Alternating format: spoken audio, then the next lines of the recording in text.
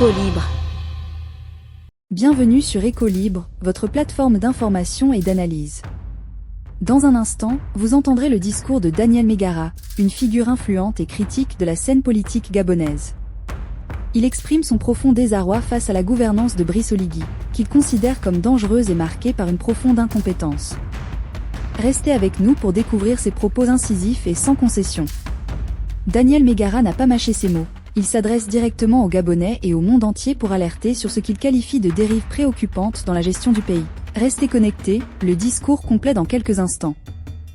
Pour un régime en place depuis seulement 1 an et demi, c'est un record de malfaisance en réalité, un record de dictature. Généralement, 1 an, c'est la période de grâce où vous avez envie de bien faire, vous avez envie de vous mettre en adéquation totale avec votre population, vous réunir autour de valeurs communes, de valeurs partagées. Or, ce régime ne s'est distingué que par la mécréance, les tortures, le vol, les viols. Non, chers compatriotes, le Gabon est en danger. Le Gabon est en danger quand vous avez à la tête de votre pays quelqu'un qui, quand il va au Rwanda, menace les Gabonais qui y vivent en se vendant d'être blindés contre la critique. Parce que quoi? Ils n'aiment pas la critique. Et voilà pourquoi à Mwanda, devant un petit jeune comme Ernest Gaëtan Ayami, il se bombe le torse. Un chef de l'État qui s'abaisse au niveau de se bomber le torse pour dire à ce jeune, vous me connaissez moi, pour dire aux populations, vous me connaissez moi, comme pour leur faire peur, comme un épouvantail dans un champ de maïs. Mon Dieu! Et maintenant, le même chef d'État va devant une famille endeuillée, vanter publiquement son expertise en matière de torture. Chers compatriotes, je pourrais m'étaler ad infinitum sur les exactions de ce régime. On n'en finirait pas. Comme avec les Bongos, il est temps pour nous tous de reconnaître déjà que rien de bon ne se passera au Gabon tant que Brice Clotaire Oligui Nguema et le CTRI seront au pouvoir. Je le répète, il est temps pour nous tous de reconnaître déjà que rien de bon ne se passera au Gabon tant que Brice Clotaire Oligui Nguema et le CTRI seront au pouvoir. Ils mentent trop, ils trichent trop, ils volent trop, ils torturent trop.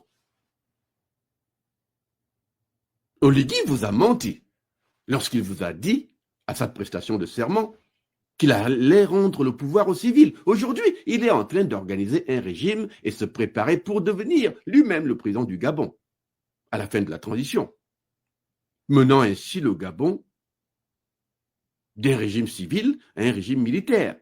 Mais si les exactions dont nous parlons déjà aujourd'hui au Gabon sont un signe, c'est qu'en réalité, vous ne voulez jamais dans votre pays d'un régime militaire. Les militaires ne sont pas mentalement préparés pour diriger un pays.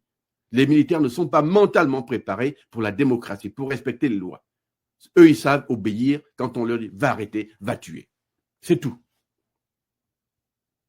Et aujourd'hui, Oligui s'est taillé une constitution sur mesure et s'apprête à utiliser la fraude électorale pour s'introniser président roi du Gabon. Comme à la bonne vieille époque d'Omar Bongo. L'époque où on rêvait, on fantasmait sur la royauté, sur la monarchie. On voulait devenir des rois. Et Oligui était à l'école d'Omar Bongo. Donc vous voyez aujourd'hui que le rêve d'Omar Bongo, qui était peut-être aussi celui d'Ali Bongo, eh ben, c'est Oligui qui veut le réaliser en devenant le premier président roi du Gabon. Oligui vous a promis la restauration des institutions. À la place, qu'est-ce que vous avez eu? Eh bien, vous avez eu la restauration de Marie-Madeleine Mbouranso et du PDG. Un PDG dont, d'ailleurs, personne n'a été ni jugé, ni arrêté pour ce qu'ils ont fait du Gabon pendant 56 ans, 57 ans, depuis 1968. Le PDG qui se retrouve aujourd'hui infiltré jusque dans toutes les arcanes de l'État, en toute impunité, au point de se demander ce qui, au final, aura justifié ce fameux coup d'État. S'il n'y a ni coupable, ni responsable de ce qui s'est passé, pourquoi le coup d'État? On est passé du régime PDG au régime CTRI pour devenir un régime PDG-CTRI, sans qu'on sache réellement les responsabilités des uns et des autres.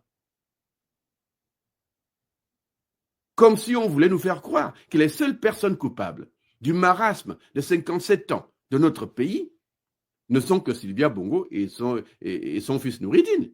C'est totalement insensé, c'est incohérent, c'est aberrant. Donc, un demi-siècle de gouvernance mafieuse. On fait un coup d'État pour dire tout ce qui s'est passé au Gabon toutes ces années ne va pas bien. C'est pas bon. Il y a eu des culpabilités, il y a eu des crimes. Mais tout d'un coup, il n'y a pas de coupable, il n'y a pas de criminel, il n'y a personne à juger. Et quand on dit faisons une commission vérité et réconciliation, on botte en touche. Pourquoi? Parce qu'on sait qu'en réalité, il y a trop de responsabilités partagées. On ne veut pas toucher à cette fourmilière. Cet essaim d'abeilles est trop dangereux pour tout le monde. Et c'est comme ça qu'on est allé, finalement, au Gabon, de promesses non tenues en promesses non tenues. Oligui vous a promis des bourses pour tous vos enfants, pour par la suite renoncer et vous dire finalement que non. Il a inventé une fausse histoire d'excellence de nos enfants dans un pays n'ayant jamais pratiqué l'excellence. Parce qu'il avait besoin de l'argent des bourses pour corrompre la classe politique et la diaspora. Et on l'a vu aller par-ci, par-là. Aux États-Unis, donner $400, ou en France, donner 200 €. Distribuer comme ça l'argent du Gabon à des fins de corruption politique. Alors que les hôpitaux du Gabon ont besoin de médicaments, alors que des enfants meurent, que $400 auraient pu sauver au Gabon. Mais on a dilapidé ça, parce qu'on voulait en réalité se tailler une image. Et cette image, c'est une image bongoïste, un peu comme Bongo faisait. On utilise l'argent pour acheter l'adhésion des gens. Une manière donc de montrer déjà sa faiblesse au départ, qu'on sait en réalité que, en fait, les gens ne vous porteront probablement pas dans leur cœur et vous avez besoin d'acheter finalement leur affection. C'est comme un homme qu'une femme n'aime pas et il est obligé d'investir de l'argent dessus parce qu'il veut s'acheter l'affection d'une femme qui ne l'aimera jamais. Oligui vous a dit que toute la dette du Gabon avait été payée, vous avez vu. Son ministre de l'économie allait devant les médias pour dire c'est fini, le Gabon n'a plus de dette. Mais on a découvert par la suite que c'était de l'enfumage.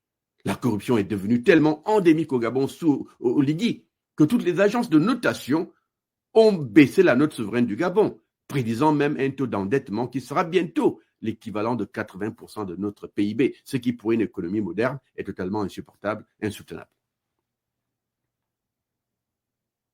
Oligui a été incapable, en 1 an et demi, de solutionner les problèmes urgents de base, que sont l'eau et l'électricité. À la place, il vous a vendu quoi? Des éléphants blancs, des bouts de route même pas bitumés, en béton, qui ne verront jamais le jour, qui ne finiront jamais. Au passage, c'est l'argent du Gabon qui aura été dilapidé à des fins de populisme et de construction de régime. Non, chers compatriotes, rien de bon ne se passera au Gabon tant qu'Oligui sera au pouvoir. Je le dis comme je l'ai dit à l'époque d'Omar Bongo. Pour les gens qui me connaissent, en tant que président du mouvement Bongo doit partir, que j'avais créé en 1998, j'avais conclu à l'époque que rien de bon ne se passerait au Gabon tant qu'Omar Bongo serait au pouvoir. Les mêmes causes menant toujours aux mêmes effets. Il me semble que quand je regarde le régime d'Omar Bongo et que je regarde en même temps celui d'Oligui, c'est la même chose. C'est la même chose en réalité. Celui d'Oligui empire. Il est donc facile aujourd'hui de conclure que rien de bon ne pourra se passer au Gabon tant qu'Oligui Nguema sera au pouvoir. Et le Gabon, sous Oligui Nguema comme sous les Bongo, ne changera jamais par les urnes. Mais là encore, c'est un débat qu'on aura le temps d'élaguer ensemble. La question des urnes elle-même, aujourd'hui, nous interpelle pour montrer que même les urnes ne seront jamais au Gabon, le moyen par lequel le Gabon changera. Et donc, s'il y a une leçon à retirer ou à tirer du référendum de la honte qu'Oligui a organisé récemment, c'est qu'Oligui, en bon élève des Bongo, est un fraudeur. Il a fraudé au référendum pour se concocter un résultat stalinien de 92% de oui. tout en feignant d'ignorer que 51% ou 52% des Gabonais, sur la base des chiffres officiels, ont désavoué son projet de constitution en restant massivement à la maison. L'abstention a démontré que les Gabonais n'ont pas adhéré ni à la gouvernance d'Oligui, ni à la constitution qu'il a enfoncée dans la gorge de la nation comme à des oies. Mais un fraudeur restera toujours un fraudeur. Il fraudera aussi à la prochaine élection présidentielle.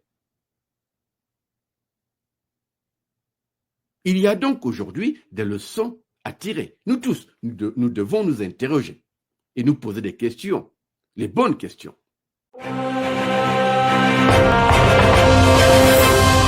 Éco Libre.